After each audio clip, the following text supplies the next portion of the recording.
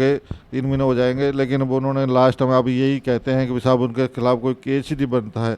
को बार बार बोला जाता था कि तू जॉब छोड़ के अपना घर ही संभाल, जबकि वो जॉब भी के साथ कह सकता हूँ, चाहे स्टाम्प पे लिखवा लो, उसने सुसाइड नहीं किया है और उसने उसको मारा गया है। बेटी मान होती है, सम्मान होती है। समाज में जब से वो पैदा होती है उसे सिखाया जाता है कैसे रहना है, कितना पढ़ना है और पढ़ लिख कर क्या बनना है।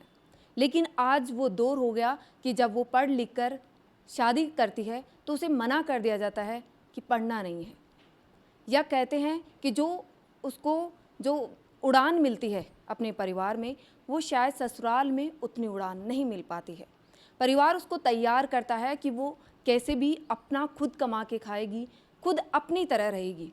आज का जो परिवार है वो बदल रहा है और अपनी बेटी को बेटे के साथ पैदा करता है, भेजता है, स्कूल भेजता है और उसकी परवरिश सेम देने की कोशिश करता है। लेकिन कहीं ना कहीं एक जो कहावत होती है वो सिद्ध हो जाती है कि बेटी पराया धन होती है और पराया धन शादी करके ससुराल पहुंच जाता है। आज एक ऐसे ही परिवार से हम बातचीत करेंगे जिनकी बेटी की शादी हुई 2023 में, लेकिन आज वो हमारे बीच में नहीं है, परिवार के बीच में नहीं है। उनसे कारण भी जानेंगे और सबसे बड़ी चीज़ कि आज वो हमारे बीच मौजूद नहीं है, वो मुख्य कारण है क्योंकि आप खुद देखते होंगे बहुत सारे ऐसे केस आते हैं कि बेटियां हैं ससुराल में मर जाती है। कई कारण दिखाए जाते हैं, गैस सिलेंडर फट गया, आग लग गई, लेकिन कहीं ना कहीं परिवार का आरोप होता है कि हत्या की गई है। ये भी एक ऐसा परिवार। सर सबसे पहले तो आपका नाम क्या है? मान सिंह है सर। सर सबसे पहले तो आपकी बेटी, जैसे आप खुद देख रहे होंगे इस तस्वीर से दिखता है अच्छी वेल एजुकेटेड है और इनका कहना है कि अच्छी कंपनी में वो काम कर रही थी। तो कहीं आपको लगता है कि आपकी बेटी सुसाइड करेगी? नहीं मैम, बिल्कुल ही नहीं लगता, क्योंकि वो हेमकॉम की बच्ची है और जैनपैक्ट बढ़िया कंपनी, विदेशी कंपनी में काम कर रही है। 40-50 हज़ार रुपये जो कमा रही है, घर बैठी कंप्यूटर पे कर रही है, सब तरह की खुशी उसको मिल रही है। उसके बाद में उन्होंने उनको मतलब प्रेरित कर करके पैसे मांग करके खुद तो पैसे लिए हैं। मैंने वीडियो डिप्टी साहब को दे दी ही, भी पैसे कैसे कैसे मांगते हैं उसके और कैसे कैसे उसको प्रताड़ित करते हैं, कैसे कैसे रो रो कर वो बच्ची बता रही है मेरे को। मैंने सारी वीडियो वगैरह डिप्टी साहब को दे दी, लेकिन डिप्टी साहब हमारे कोई सुनवाई नहीं कर रहे हैं और बस सुबह से शाम तक हमारे को बैठा के रखते हैं, बुला लेते हैं 10-15 दिन में, भी जयपुर से आएंगे परेशान होकर के अपने आप ही रह जाएंगे। तो इसके चलते फिर वो हम जाते हैं परेशान करके, फिर लास्ट में अभी हमारे को तो 3 महीने, जबकि उसको बिल्कुल मारा गया, किसी भी एंगल से इस फोटो में नहीं लगता है। उन्होंने पोस्टमार्टम रिपोर्ट भी बदलवा दिएगा, सब पैसे के दम पे सारा काम करवाया गया है। क्योंकि बच्चे के बिल्कुल गले के नीचे निशान है, फांसी खाने वाले के गले के ऊपर निशान आता है, लेकिन बिल्कुल नहीं है। कोई नाक फटी है, ना कोई लैटरिंग आई, ना कोई कुछ और हुआ, ना कोई कुछ भी नहीं है नॉर्मल, ना कोई गर्दन बढ़ी कोई और है।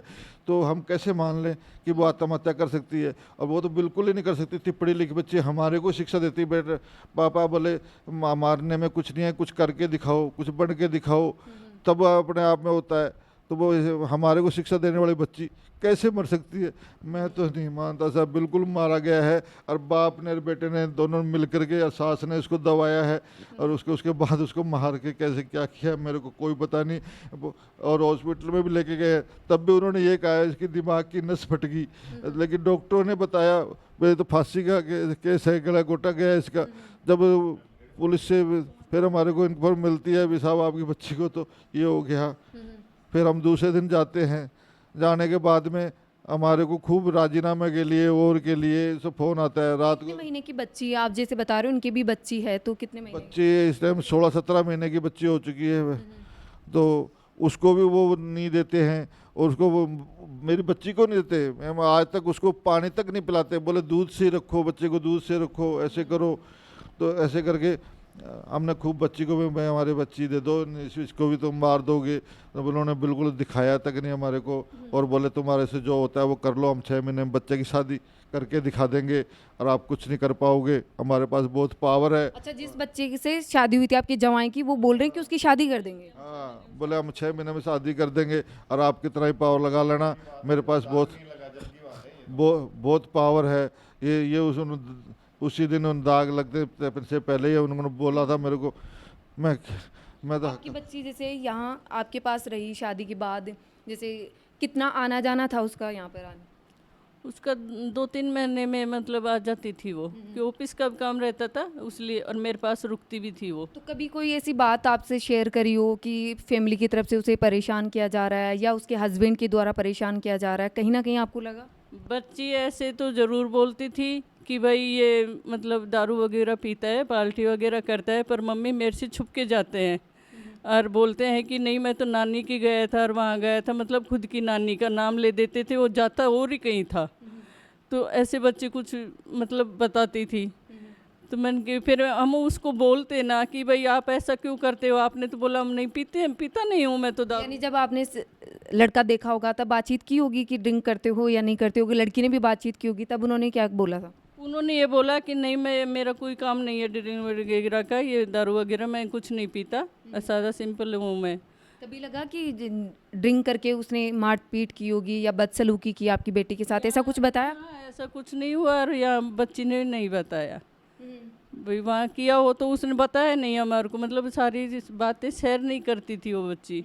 तो वो बोली कि मम्मी मेरे को तो घर बसाना है, तो मेरे कहीं ना कहीं जो एक सिखाया जाता है कि बातें कि बेटा अपने घर को संभालना, तो उस वो बातें लड़की के मन में घर कर जाती है कि वो संभालने की कोशिश करती है कि कुछ गलत भी हो रहा है उसको भी मैनेज करने की कोशिश करती है। वो लड़की घर संभालने का कोशिश करती है कि मेरा घर बसा रहे, तो मैं अपना घर में अपना बनाऊंगी, क्योंकि एक ही थी वो ससुराल में। तो बोली कि मैं अपना घर बना के मैं रखूंगी, मेरा घर है तो मैं अपना घर संभालूंगी। तो मम्मी मैं तो मेरा घर संभालूंगी ना, आपको क्या बताऊं मैं। तो इसलिए वो बेटी घर संभालने में लग रही थी। अब ये नहीं, उनका मन का नहीं आया कि भाई इसके मन में क्या है, इनके अंदर ससुराल वालों को मन में ऊपर से मीठा मीठा बोलते थे। इसी चक्कर में हम भी ऐसे आ गए कि भाई ये अच्छे हैं वो हैं, पर ये अंदर का पता नहीं चला हमारे। जब उनकी डेथ हुई तो उससे पहले कितने महीने पहले आई थी और आपसे बातचीत कब हुई थी उनकी? मेरी उससे लास्ट टाइम बात हुई थी 8 अप्रैल को।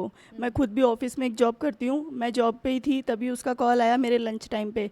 तब उसने मेरे से कुछ भी बात नहीं करी इतनी खास। उसने सिर्फ मुझे इतना बोला कि दीदी एक बार है ना पापा को कॉल लगा के कॉन्फ्रेंस में तू बात कर, सिर्फ मुझे पापा की आवाज़ सुननी है।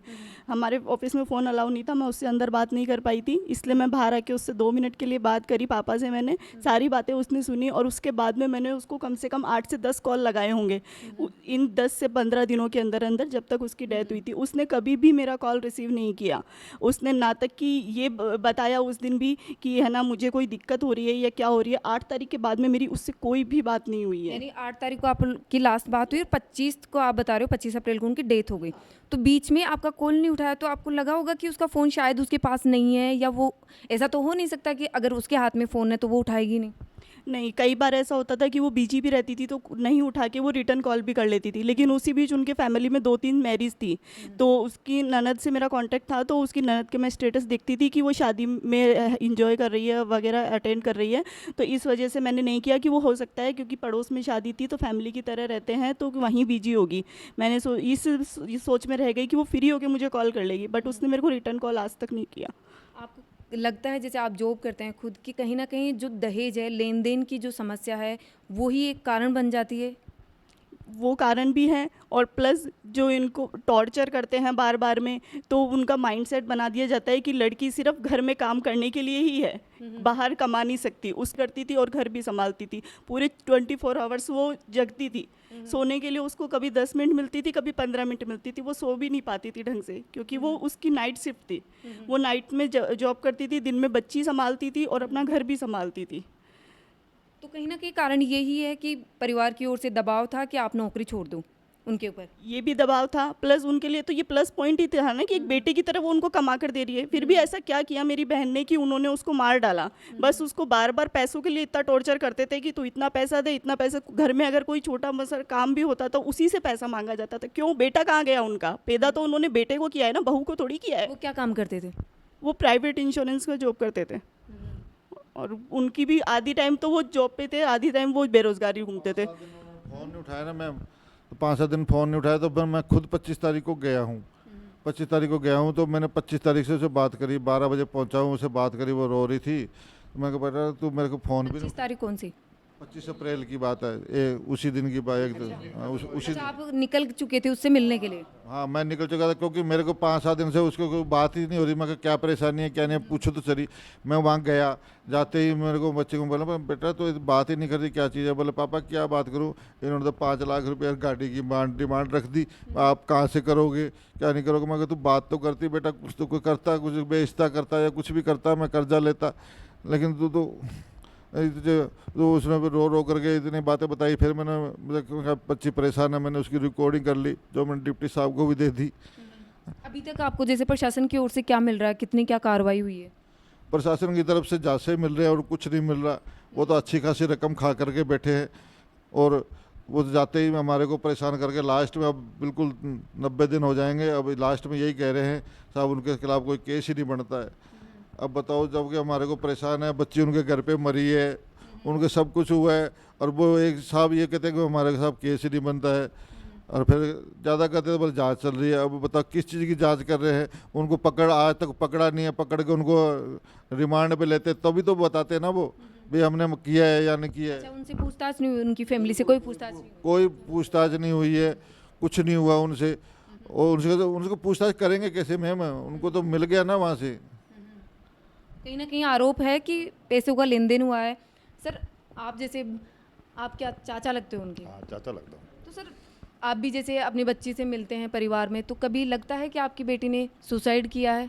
नहीं, मैं दावे, और एक आदमी का काम नहीं है, कम से कम 3 आदमियों का काम है उसमें। तीनों ने मारा है उसको दबा के, आँखों से भी दबा रखा है, पैरों से भी दबाया हुआ है, उनका निशान है।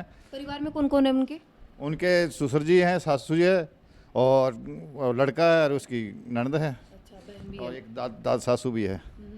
तो अभी तक